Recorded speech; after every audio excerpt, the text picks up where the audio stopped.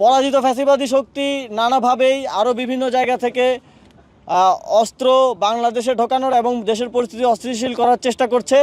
এই বিষয়টা আমরা গোয়েন্দা সংস্থার মাধ্যমে জানতে পেরেছি এবং এই বিষয়ে যেই অভিযান প্রথম দিকে টাস্কফোর্সের হয়েছিল, আবার পুনরায় যেই সম্মিলিত যৌথ বাহিনী আছে সেই যৌথ বাহিনীর অভিযান অতি ইফেক্টিভভাবে যাতে আবার পরিচালনা করা যায় এবং যে অস্ত্রগুলো জনগণের জন্য হুমকিস্বরূপ এখনও বাইরে আছে সেগুলো দ্রুত উদ্ধার করার জন্য আমরা সরকারের সর্বোচ্চ পর্যায় থেকে নির্দেশনা দিব এবং আপনারা খুব দ্রুতই এর দৃশ্যমান সাফল্য দেখতে পাবেন।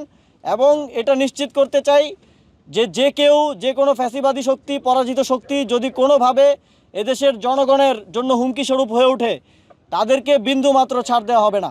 আমাদের অনেকগুলো চ্যালেঞ্জ আছে, আপনারা জানেন গণঅভ্যুত্থান পরবর্তী বাংলাদেশে এই চ্যালেঞ্জগুলোকে আমাদেরকে মোকাবেলা করতে হচ্ছে এবং জনগণের দিক থেকেও আমরা এক্ষেত্রে সহযোগিতা চাই।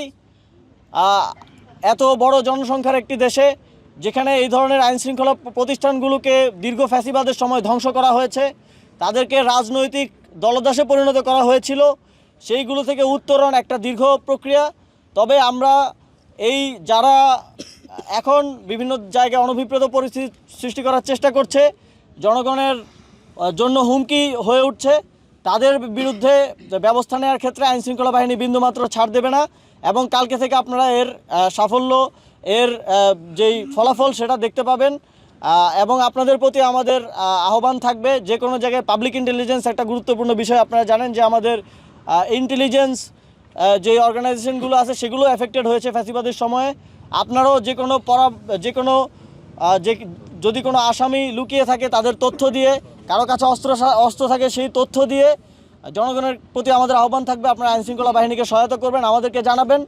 আমরা জানা মাত্রই যথাযথ ব্যবস্থা নেওয়ার চেষ্টা করব। এই পর্যন্ত যে কয় জায়গায় উস্কানিমূলক মিছিল বের করা হয়েছে তাদেরকে অ্যারেস্ট করা হয়েছে, আপনারা দেখতে পেয়েছেন। যারাই 20 জন 15 জনের আপনারা দেখেছেন মিছিল বের করার চেষ্টা করেছে, তার 2-3 দিনের মধ্যেই কিন্তু সেখানকার গুরুত্বপূর্ণ যারা অর্গানাইজার ছিলেন তাদেরকে অ্যারেস্ট করা হয়েছে এবং সামনের দিনগুলোতে এটা চলমান থাকবে।